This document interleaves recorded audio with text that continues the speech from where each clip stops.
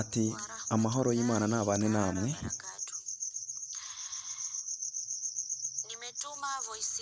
Nohereje aya majwi ku muntu uwo ari we wese ubasha kuyumva, kugira ngo ubashe ufite amatwi abashe kumva, kandi ushaka kumenya nawe abashe kubimenya.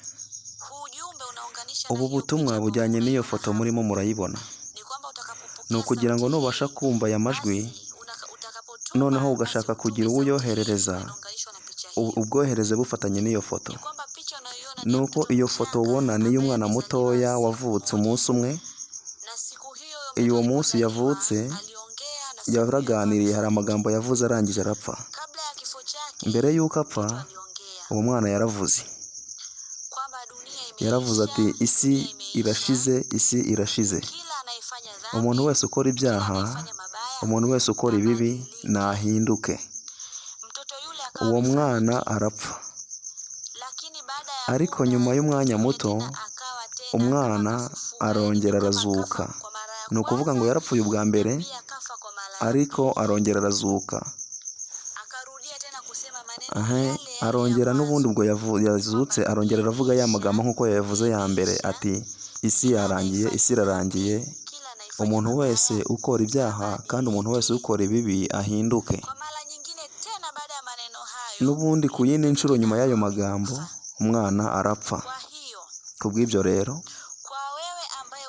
wowe ubasha kumva iri jwi, wowe wakiriye iyi foto, uyu mwanya ukimara kumva aya majwi, ndakwinginze kugira ngo inshuti yawe uyoherereze, inshuti yawe, umuvandimwe wawe, umukunzi wawe, umuturanyi wawe, umuntu wese, yewe nimba ufite na gurupe ubamo cyangwa se akakundi runaka ubamo, ahantu aho ariho hose. Ntabwo ari ibyo kohererezanya imiziki, amafoto, oya. Ubu butumwa ni ubw'ingenzi cyane ndetse n'ubw'umumaro cyane. Ukimara kubwumva nawe, nutabasha kubwohereza, uzafatwa n'ikiza gikomeye cy'indwara zidashobora gukira. Ya ndwara idashobora kuvurirwa mu bitaro,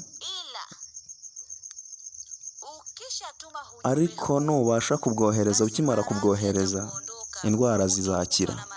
Ni ukuvuga ngo ntabwo uzarwara indwara iyo ari yo yose, kandi Imana nayo izagukorera ibintu byiza,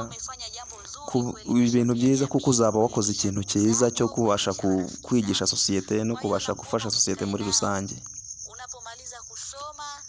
Nukimara kumva ubu butumwa, oherereza umuntu uwo ari we wese, gurupe iyo ari yo yose, ubwoko ubwo ari bwo bwose, kugira ngo twebwe abana b'abantu tubashe kugira ibyo tumenya. Murakoze.